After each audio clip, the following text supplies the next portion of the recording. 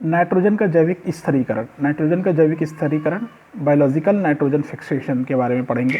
हम जानते हैं कि प्रकृति में 78% नाइट्रोजन है और उतनी मात्रा में से कुल नाइट्रोफिकेशन का या कुल नाइट्रोजन फिक्सेशन का 71% भाग नाइट्रोजन का स्थिरीकरण जैविक पदार्थों के द्वारा किया जाता है। वायुमंडल में जो आणविक नाइट्रोजन होता है, अक्रिय गैस के रूप में विद्यमान रहती है, निष्क्रिय के रूप में होती है।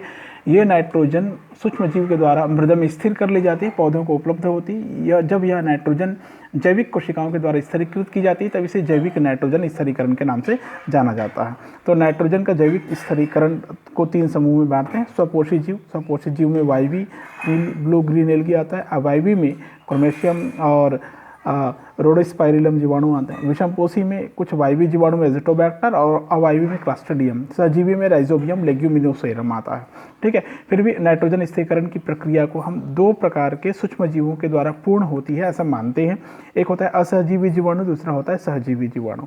असहजीवी जीवाणु के द्वारा नाइट्रोजन का स्थिरीकरण करना कैसे करेगा?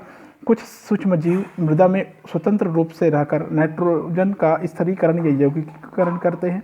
इसे असहजीवी नाइट्रोजन स्थिरीकरण कहते हैं। असहजीवी नाइट्रोजन स्थिरीकरण करने के लिए सूक्ष्म जीव इस प्रकार के हो सकते हैं।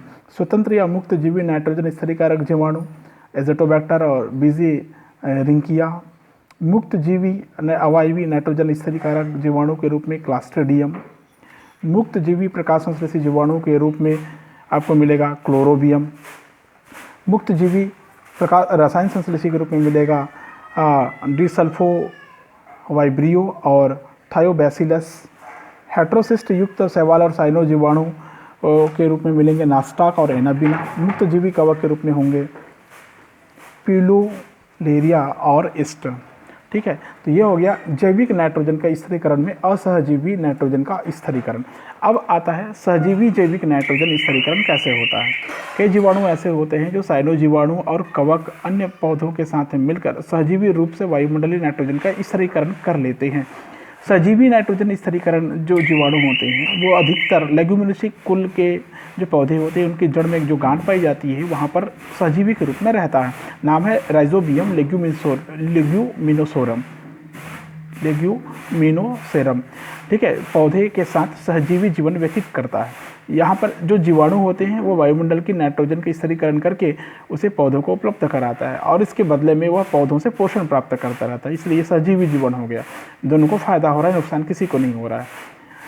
नाइट्रोजन स्थिरीकरण को इस प्रकार के जब नाइट्रोजन स्थिरीकरण हो तो सहजीवी नाइट्रोजन स्थिरीकरण कहलाएगा।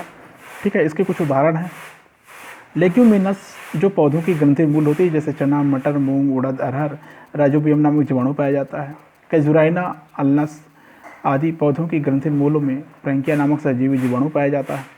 सजीवी नाइट्रोजन स्थिरीकारक जो साइनो जीवाणु की बात करें तो नास्टाक, एनाबिना और साइनोबैक्टीरिया की बात करें तो लाइकेंस, एजोला।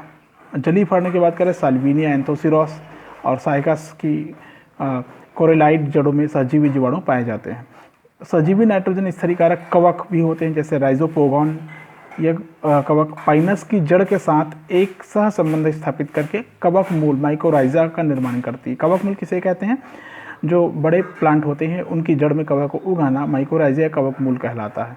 इसका निर्माण करती है और वहाँ पर नाइट्रोजन का फिक्सेशन करती है। तो ये कंप्लीट सेक्शन हो गया जैविक नाइट्रोजन स्थिरीकरण का, बायोलॉजिकल नाइट्रोजन फिक्सेशन का।